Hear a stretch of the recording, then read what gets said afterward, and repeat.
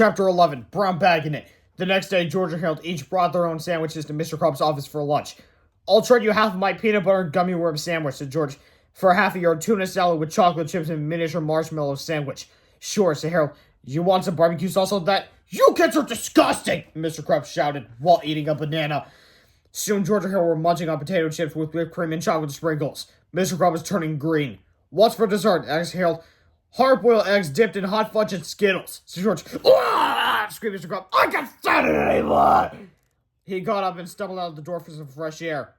Or to go to the toilet. Whatever. Anyway. "You know," said George, now that Mr. Crump is gone, we could run to the cafeteria and change the letters around on the lunch sign." "Cool," said Harold. So George and Harold snaked into the cafeteria, but when they read the lunch sign, they were a bit confused. "What's going on here?" said George. "It looks like somebody's already changed the sign," said Harold. "Forget the sign," said George. "Look at everybody. They've changed." It was true. All the kids and teachers in the school were entering the cafeteria looking as normal as ever, but they were leaving the cafeteria looking quite different. "Look!" cried George. "They're all wearing broken eyeglasses held together with masking tape, and they all got vinyl pocket protectors. They've all turned into nerds!" Harold gasped. "And look at their skin," said George. "They're all gray and clammy. That can only mean one thing. They're zombie nerds!" asked Harold. "I'm afraid so," said George.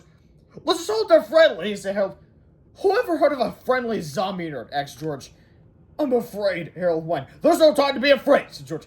"We've got to get to the bottom of this." "That's what I'm afraid of," said Harold. Chapter 12, The Bottom of This. George and Harold crawled into the cafeteria and snaked through the kitchen doors. There they hid behind a table while the incredibly naughty cafeteria ladies from outer space discussed their plans to take over the world. "Look at those puny earthlings," laughed Zorks. "They're all drinking evil zombie nerd milkshakes and transforming before our very eyes. It won't be long now," said class. "Tomorrow, we'll feed them super evil rapid grow juice. Then they will grow to the size of skull-egg treats." "Exactly," sneered Jennifer. "Then we will unleash our giant evil zombie nerds upon the earth, and soon the planet will be ours." The three evil space guys threw back their heads and laughed hysterically.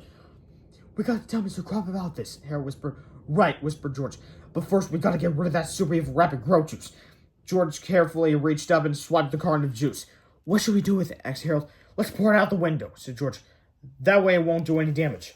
"Good idea," said Harold. "Are you sure about that?" While the naughty cafeteria ladies continued laughing, George quietly emptied the carton of super evil rapid grow juice out the window. "You know," whispered Harold, "Mr. Crump is never going to believe that sinister cafeteria ladies from outer space have turned everybody into evil zombie nerds." "Sure he'll believe us. He's got to believe us," said George. "At least I hope he believes us." Chapter 13. He doesn't believe them. "That's the most ridiculous story I've ever heard," laughed Mr. Crump. "But it's true," cried Harold. "Yeah," said George. "Everybody in the entire school is an evil zombie nerd. The kids, the teachers, everybody." "All right," said Mr. Crump. "I'll prove it to you." He pressed the button on his intercom and called for his secretary. Soon Miss Anthrop entered the room. She was dressed in a pink polka dot polyester dress with orthopedic knee-high stockings and an ugly brown arch support loafers. "See?" said Harold. "She's dressed like a nerd." "She always dresses like that," snapped Mr. Crump. "But she's gray and clammy and reeks of freakish zombified death," cried George. "She always smells like that," Mr. Crump argued. "And she always gray and clammy too." George and Harold had to admit that school secretaries were not very good subjects to compare and contrast with evil zombie nerds. But then Miss Anthrop leaned over and took a huge bite out of Mr. Crump's desk. "Must destroy Earth," she moaned as she took another bite. Even Mr. Crump had to agree that Miss Anthrop was acting a bit more evil than usual. So George and Harold took Mr. Crump down to the cafeteria to confront the evil lunch ladies. Suddenly, out of the shadows stepped the evil Zorks. "Gotcha!" Zorks cried as he grabbed onto Harold's shoulders. "Ah!" screamed Harold. He squirmed away, pulling Zorks' gloves off and revealing two slimy green tentacles. "See, Mr. Crump," said George. "We told you they were space guys." "You fools!" screamed Zorks. "Now we will destroy you!" The evil Zorks pointed his tentacle at George, Harold, and Mr. Crump and snapped his fingers. Snap! Suddenly, Mr. Crump began to change. A heroic grin spread across Mr. Crump's face. He threw out his chest and placed his fists firmly at his sides, looking quite triumphant. "Uh-oh," said George. "That evil space guy just snapped his fingers. Now Mr. Crump is turning into you-know-who." "Hey, wait a second," said Harold. "Tentacles don't have fingers. You can't snap a tentacle."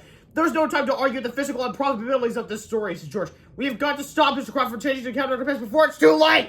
Chapter 14. It's too late. Mr. Crab turned and dashed out the door. His clothes flew off behind him as the hallways echoed with jubilant proclamations about the superiority of underwear.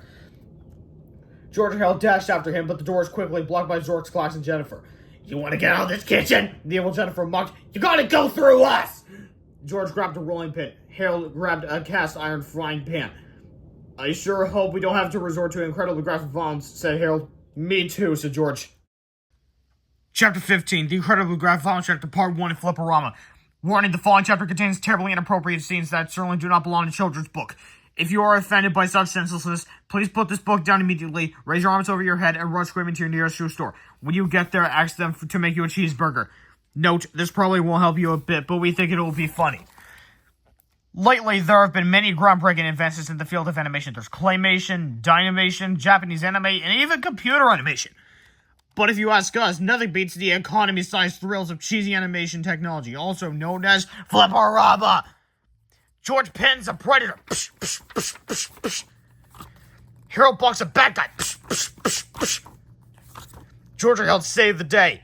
For now. Psh, psh. Oh, yes. Psh, we're gonna save the day by beating these aliens' faces. Psh.